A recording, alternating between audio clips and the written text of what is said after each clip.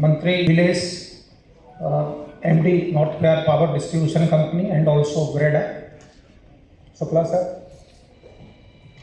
Alok Nayak, all senior officers and all dear friends. मुझे माननीय मुख्यमंत्री महोदय ने हम लोगों को ये निर्देशित किया है कि राज्य में पिछले वर्षों के इंसेंटिव पॉलिसी के फलस्वरूप हमारे प्रयास कहाँ तक पहुँचे हैं और उद्यमियों को किस प्रकार की और विषय है जिस पर राज्य सरकार को विचार करना चाहिए, इस पर चर्चा की जाए।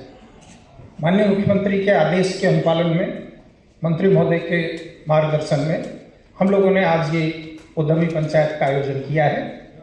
आज आपने जो महत्वपूर्ण विषय यहाँ पर उठाए हैं, प्लस सभी इंडस्ट्री एसोसिएशंस की ओर से लिखित सुझाव प्राप्त हुए हैं और फीडबैक फॉर्म के माध्यम से भी जो समेकित कॉमन जेनरिक इश्यूज आएंगे, उन सबको समेकित करके माननीय मुख्यमंत्री महोदय के समक्ष प्रस्तुत किया जाएगा और जिन महत्वपूर्ण विषयों पर नीतिगत निर्णय सरकार को लेना होगा, उस पर आने वाले समय में निर्णय लिया जाएगा। इस उद्देश्य के लिए ये उद्यमी पंचायत आज आयोजित की गई। मुझे प्रश्न दिए हैं और उद्योग विभाग वंदना जी के नेतृत्व में काफ़ी संवेदनशील तरीके से आपके विषयों को हल कर रहे हैं और आने वाले समय में आज के फीडबैक के आलोक में और व्यवस्थागत सुधार विभाग में होंगे ताकि उद्यमियों को किसी प्रकार की कोई कठिनाई नहीं। मैं आप सभी से ये कहना चाहता हूँ कि राज्य में, जैसा आप सभी ने कहा है कि औद्योगिक धंधों के विकास के लिए, एंटरप्रेन्योरशिप के डेवलपमेंट के लिए काफ़ी सपोर्टिव और इनेबलिंग पॉलिसीज़ है और उसके इम्प्लीमेंटेशन के लिए बिल्कुल साफ दिशा निर्देश भी है, प्लस हर लेवल पर सेंसिटिविटी भी है कि हमारा जो एंटरप्रेन्योर है उनको किसी प्रकार की कठिनाई नहीं हो, फैसिलिटेट किया जाए ताकि राज्य में उद्यमिता बढ़े, इन्वेस्टमेंट अधिक से अधिक आए और रोजगार के अधिक से अधिक अवसर सृजित हो। चूँकि जैसा आप सभी जानते हो कि जो बेसिक डेवलपमेंट के पैरामीटर्स है, चाहे बिजली की उपलब्धता हो, पानी की उपलब्धता हो, रोड नेटवर्क हो और अपना बाकी एजुकेशन, हेल्थ, जितने पैरामीटर है उनमें सामान्यतः बिहार राज्य में भी उस लेवल के इंफ्रास्ट्रक्चर है जो देश के अन्य राज्यों में है। हमें एंटरप्रेन्योरशिप, उद्यमिता and urban planning, planned urban growth, ये दो प्रायोरिटी एरिया है जिस पर आगे बढ़कर के तेज़ी से काम करना है ताकि इन्वेस्टमेंट फ्लो हो और अधिक से अधिक लोगों को अवसर मिल सके और राज्य की जो डेवलपमेंट पैरामीटर्स हैं अन्य राज्यों की तुलना में उसमें पार आ सके। मैं कुछ एक बिंदुओं पर अपनी बात कहना चाहूँगा। पहला, इंफ्रास्ट्रक्चर। आप जानते हो कि माननीय मुख्यमंत्री के मार्गदर्शन में पिछले 20 वर्षों में राज्य में रोड इंफ्रास्ट्रक्चर में बहुत व्यापक काम हुआ है। शुरू में स्टेट के PWD के रोड और रूरल रोड्स 10 साल तक उनको ठीक करने के लिए मैसिव इन्वेस्टमेंट किया गया और उसके बाद अगले 10 वर्ष में जो ट्रंक हाईवेज है उसके निर्माण में बहुत व्यापक पैमाने पर काम हो रहा है। आप जानते होंगे समाचार पत्रों के माध्यम से और विभिन्न कार्यक्रमों के माध्यम से कि राज्य में नए एक्सप्रेस हाईवे 4-6 लेन में बहुत बड़े पैमाने पर काम हो रहा है। मैं आपको संक्षेप में बताना चाहता हूं, चूंकि आप इन्वेस्टमेंट के डिसीजंस लेते हैं तो आपको जानना चाहिए कि अपकमिंग इंफ्रास्ट्रक्चर कहाँ कहाँ पर है। अपने राज्य में नॉर्थ बिहार में 4 ट्रंक ईस्ट वेस्ट हाईवेज या तो है या बन रहे हैं। आप जानते होंगे कि Indo Nepal border road 500 kilometre लंबा पश्चिमी चंपारण से लेकर के गलगलिया तक प्राय बन गया है, जो बिल्कुल बॉर्डर के किनारे किनारे है, 10 से 15 किलोमीटर के अंदर में, और उस पर करीब 200 सीमा सुरक्षा बल की पोस्ट भी है। बड़ा स्ट्रेटेजिक रोड है, नया रोड है, प्राइमरीली ग्रीनफील्ड रोड। आप में से अनेकों लोग उस इलाके में नहीं गए होंगे, इसलिए आइडिया नहीं होगा।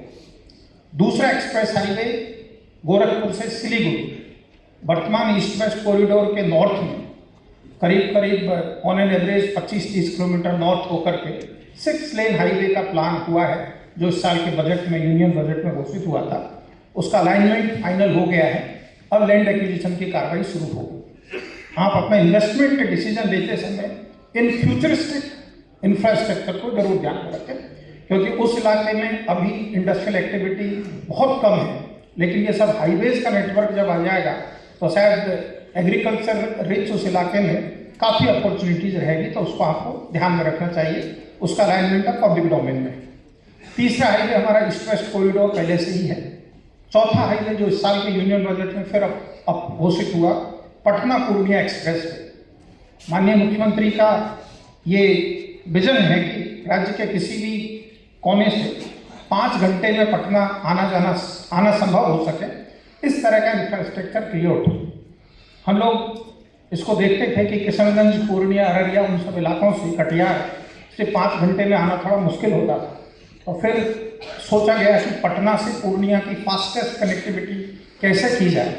तो तब एक हाईवे का टेंटेटिव प्लान बना करके भारत सरकार को अनुरोध किया गया, और खुशी का विषय है कि इस साल के बजट में वो अप्रूव हो गया।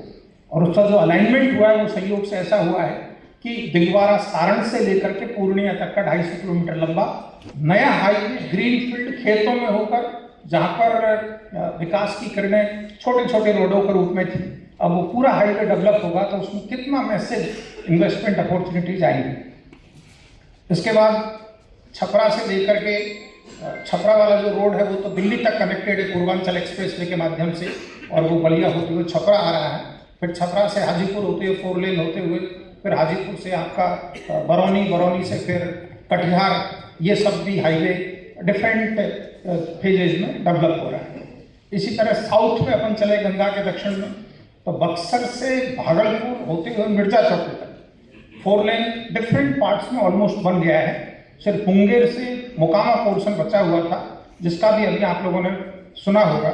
माननीय केंद्रीय मंत्री जी जब गया में अभी कार्यक्रम में आए थे तो उन्होंने घोषणा करी है कि मोकामा राजेंद्र सेतु जो नया बन रहा है वहाँ से लेकर के मुंगेर तक भी 4 लेन हाईवे बनेगा।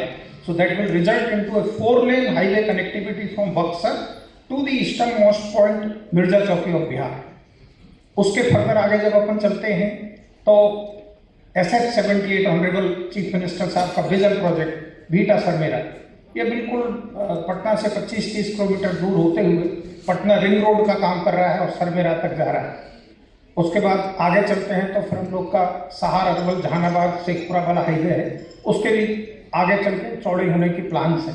फिर GT रोड है ही, और उसके बाद further south I am happy कि कुछ लोगों ने बिहार के दक्षिणी इलाकों में नए इंडस्ट्रियल पार्क की बात कही है। तो वाराणसी कोलकाता जो एक्सप्रेसवे है, वाराणसी को हल्दिया और कोलकाता पोर्ट से जोड़ने के लिए अपना राज्य उससे 153 किलोमीटर बिहार राज्य में होकर वो गुजर रहा है। और वो इलाका ऐसा है जिसमें पॉपुलेशन भी कम है, प्रेशर ऑफ पॉपुलेशन और लैंड भी कम है, लैंड भी चीपर है। उसमें इंडस्ट्रियल मैन्युफैक्चरिंग क्लस्टर जो उद्योग विभाग के द्वारा लाया जा रहा है वो भी उस हाईवे के पास पड़ता है। और जो राज्य सरकार ने जुलाई में 31 नए इंडस्ट्रियल पार्क के लिए भूअर्जन करने का निर्णय लिया गया है, उसमें से भी हम लोग 4 पार्क कैमूर, रोहतास, औरंगाबाद और गया जिले में उस पर प्लान कर रहे हैं। और आने वाले समय में भी उसकी फर्दर ऑगमेंटेशन की योजना है। आपको भी उसको बहुत एक्सप्लोर करना चाहिए, क्योंकि वहाँ आप लैंड लोगे, प्लान करोगे तो आपकी Kolkata port by road hardly 5 से 6 घंटे के अंदर आप पहुँच सकेंगे, और फिर वाराणसी की भी कनेक्टिविटी होगी, तो उसको विचार करना चाहिए। इसी तरह का है नेटवर्क नॉर्थ साउथ है। मैं सबकी चर्चा करूंगा तो बहुत लंबा समय होगा, लेकिन कभी मौका आएगा तो सारा रोड नेटवर्क के बारे में आपको चर्चा करके बताएंगे। बट जो प्लान है उसमें बिहार के किसी भी बिंदु पर आप खड़े हो जाइए, 50 किलोमीटर चलने के बाद you will get on to 4 lane highway minimum. That is the plan on which government is working and investment are happening। Ganga के पुलों की एक संक्षेप में चर्चा कर दूं। आपको पता है 2005 से पहले सिर्फ 4 जगह पर पुल होते थे, बक्सर, MG सेतु, राजेंद्र सेतु, विक्रमशिला। टोटल लेन विड्थ 10 थी। गांधी सेतु 4 थी सर, बाकी सब 2-2 थे। आज भारत सरकार के द्वारा और राज्य सरकार के पैसे से मिला जुला करके कुल 14 जगह पर गंगा में पुल बन रहे हैं। उसकी लेन विड्थ है 70। Many of the bridges are already inaugurated. some of them are in very, very advanced stages of construction. And in next 3-4 years, we'll have all these bridges on the ground. Patna alone, which used to have only MG Setu, और उससे कितना struggle हम सब लोगों को होता था north south में, आज पटना में अकेले में 4 ब्रिजेज आ रहे हैं, आइदर 6 लेन और 8 लेन.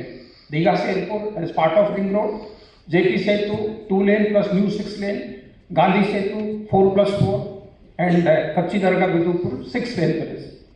So massive investment into infrastructure is happening in the state. If we look at the railways, the dream project of Honorable Prime Minister, dedicated freight corridor. Western dedicated freight corridor from Palanpur to Dadri was opened few years back, and Dadri से लेकर के सोन नगर वाला भी करीब नवंबर 2022 में चालू हुआ, 22 में चालू हुआ. उसका परिणाम ये है कि जो रेलवे है सोन नगर से दादरी तक 15 किलोमीटर पर आवर जाती थी सर, आज वो 48 किलोमीटर पर आवर की स्पीड से चल रही है. रेलवे रैक की अवेलेबिलिटी, हम पहले कोल मिनिस्ट्री में थे, तो सिर्फ इस स्पीड के चलते हुए करीब करीब दोगुनी हो गई. फॉर्चुनेटली सोन नगर से east up to place called Andal in West Bengal, इसका भी वर्क अभी अवार्ड हो गया है और ये पूरा पोर्शन अपने राज्य में होकर के जा रहा है. सोननगर, औरंगाबाद, गया एंड देन कोडरमा होते हुए. तो हमें इस डेडिकेटेड फ्रेट कॉरिडोर के माध्यम से जो कनेक्टिविटी मिल रही है उसका लाभ उठाना चाहिए बाय सेटिंग अप इंडस्ट्रीज इन एरियाज.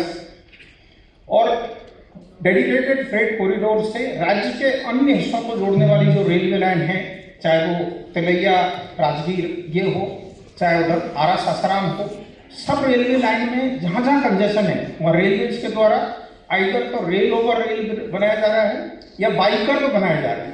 और आपको जानकारी होगी कि माननीय मुख्यमंत्री जब रेल मंत्री थे तब इन्होंने सर ने कल्पना की थी कि पटना में जो है फ्रेट और पैसेंजर दोनों ट्रेन चलने पर बहुत कंजेशन होता है, इसलिए पटना का बाईपास किया जाए.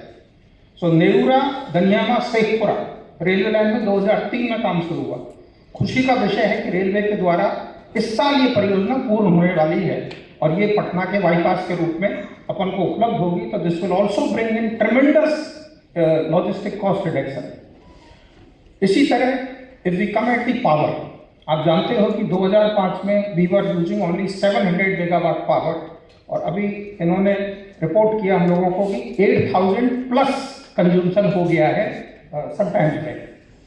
And I am happy to share with you कि अपना जो एनर्जी डिपार्टमेंट है इसके फ्यूचरिस्टिक प्लान है.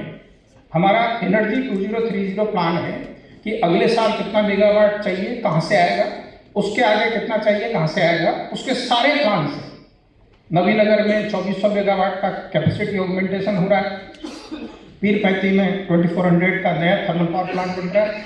एंड आरई पॉलिसी जैसा नीलेश ने कहा कि department is working and will get the approval and we will definitely take into account your suggestion of permitting generating RE at different places where cheaper land is available, feeding that into grid and permitting them to be used in the state. We'll definitely consider that, क्योंकि ये bill है सबके लिए.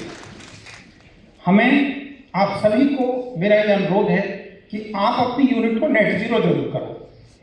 Please don't depend on them. जितना आप conventional ले रहे हो उतनी कैपेसिटी आप जनरेट करो. उसके लिए जो आपको पॉलिसी इनेबलमेंट चाहिए, हम लोग मंत्री महोदय के मार्गदर्शन में वो पॉलिसी इनेबलमेंट आपको सुनिश्चित करेंगे.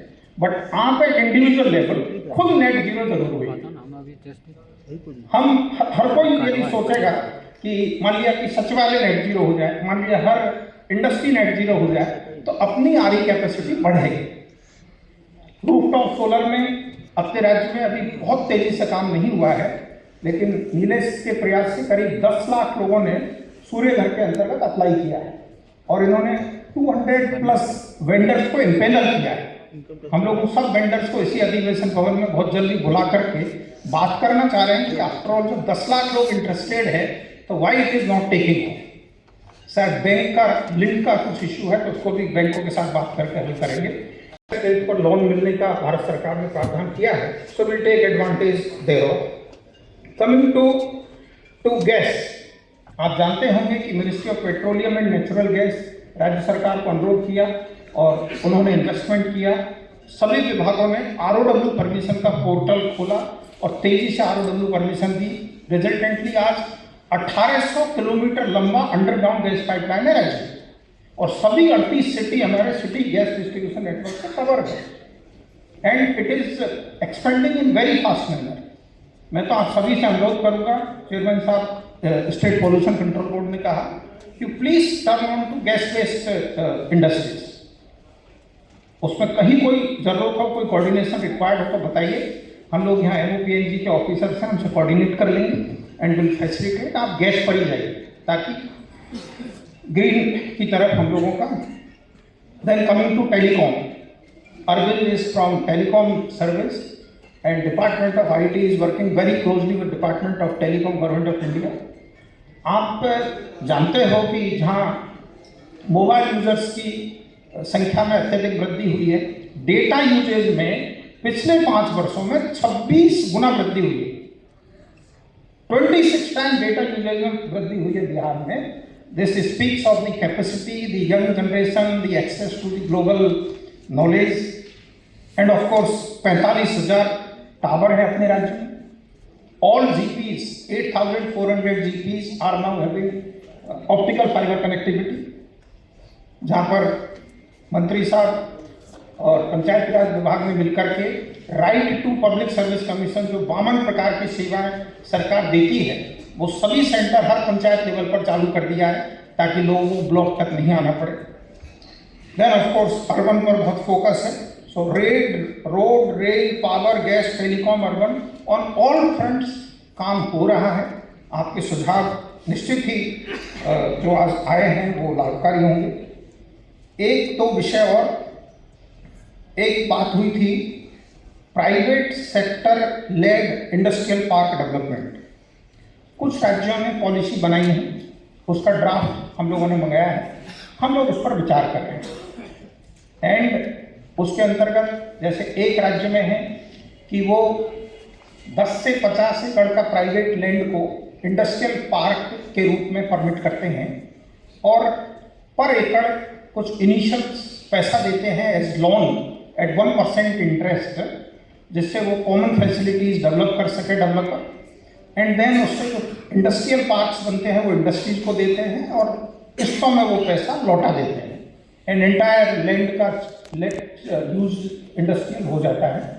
We are working on that policy and with a view to ensure adequate availability of industrial land in the state to the interested industries from Bihar and also from other parts. Apart from BIADA's efforts of acquiring new parks, this private sector driven industrial park will also come out with some policy formulation. मंत्री साहब से भी discussion हुआ है, we will further dwell upon it and will come out with very soon a policy. आपका भी सुझाव हम लोग लेंगे so that इंडस्ट्रीज को जो है दोनों विकल्प रहे, एक कुंदन के द्वारा लेड BIADA हो और दूसरा एक किसी भी एंटरप्रेन्योर के द्वारा लेड प्राइवेट इंडस्ट्रियल पार्क हो with almost same facility. Then they can be कि कहाँ हमको ज़्यादा पड़ता है, तो वो जल्दी हम लोग लाने का प्रयास करेंगे। 2-3 चीज़ और आपसे हम कहना चाहेंगे। Let us be very focused on the environmental sustainability requirement. आपके पास जो भी ज़मीन है उसको मैक्सिमम प्लांटेशन पर यूज़ करो। सी टू इट कि हम पॉल्यूशन नहीं करें, बिकॉज ऑलरेडी अपने राज्य में गंगा में जो डिस्चार्ज का चैलेंज है वो है, पॉल्यूशन नहीं करें और एनवायरनमेंट पर हम बिल्कुल फोकस करें। दूसरा, इंटर्नशिप। अपने राज्य में ऑनरेबल CM का जो 7 निश्चय पार्ट 1 था, उसमें एक रिजॉल्व था कि हम सभी जिलों में इंजीनियरिंग कॉलेजेस सेटअप करेंगे। तब से लेकर आज तक 38 इंजीनियरिंग कॉलेज तो गवर्नमेंट सेक्टर में आ गए और प्राइवेट सेक्टर में भी इंजीनियरिंग कॉलेज आए। रिजल्टेंटली आज 55 इंजीनियरिंग कॉलेज राज्य में फंक्शनल है। तो इनके जो बच्चे हैं उनको internship along with some remuneration यथासंभव राज्य की इंडस्ट्रीज में मिलना चाहिए।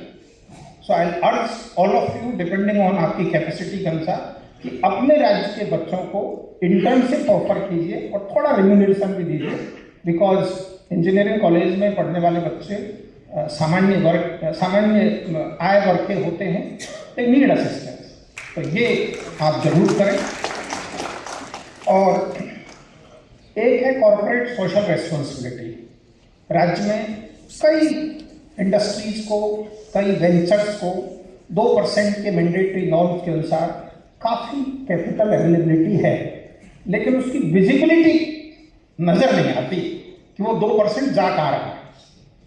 आपसे अनुरोध है, हम लोग भी एक CSR पॉलिसी पर काम कर रहे हैं। परसों CIMP उस पर एक कॉन्फ्रेंस रखा हुआ है, finance department is working on that.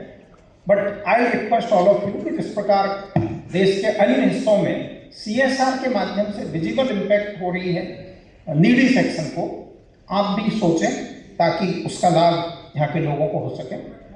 Credit flow पर एक डेटा शेयर करूँगा। कुछ लोगों ने क्रेडिट की बात कही थी, टफ किए, बट अभी मैडम FM आए थे, secretary department of financial services भी आए थे, तो उन्होंने ये बताया सेक्रेटरी ने कि हमारे यहाँ कोई major application for credit pending ही नहीं।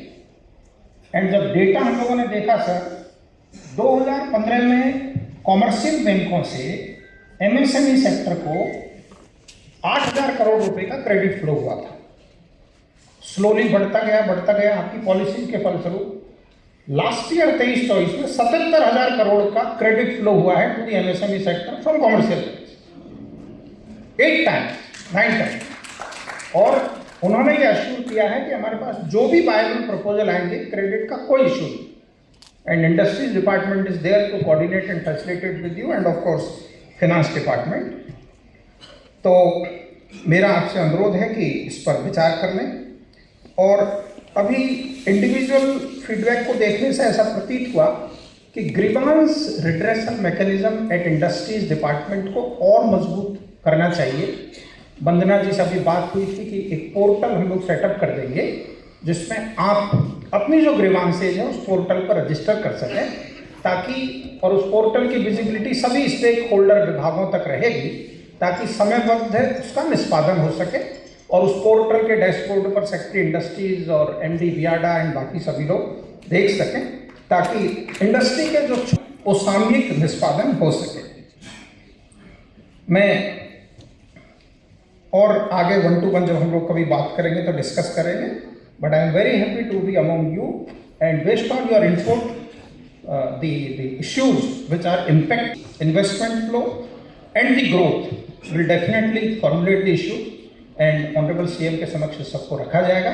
इन्वायरमेंट चल रहा है, उसमें फर्दर एडिशन रहेगा और आप मैक्सिमम अपना एक्सपेंशन प्लान करें, नई नई यूनिट्स को लाएं और लोगों को बताएं बाहर। That's very important. जो investors from Bihar origin investing outside have little bit inclination to come back and invest here, वो फर्स्ट टारगेट हम लोग का होना चाहिए, because they have roots, they have something here, will definitely like to come, and then thereafter of course those who want to expand their business from other states, but हमें आप लोग ही brand ambassador है। इसको बड़ी पीड़ा हुई उस दिन, वो मुजफ्फरपुर एक छोटा सा एग्जाम्पल पूरे सोशल मीडिया पर आ गया, सेमीकंडक्टर वाला, very small issue, and then business time भी छाप दिया, तो ये भी छाप दिया, तो वो भी छाप दिया। ऐसा नहीं होना चाहिए। This is all irresponsible. इतनी एफर्ट सरकार कर रही है और एक छोटी न्यूज जो है हम लोग का सबका टेस्ट खराब कर दे।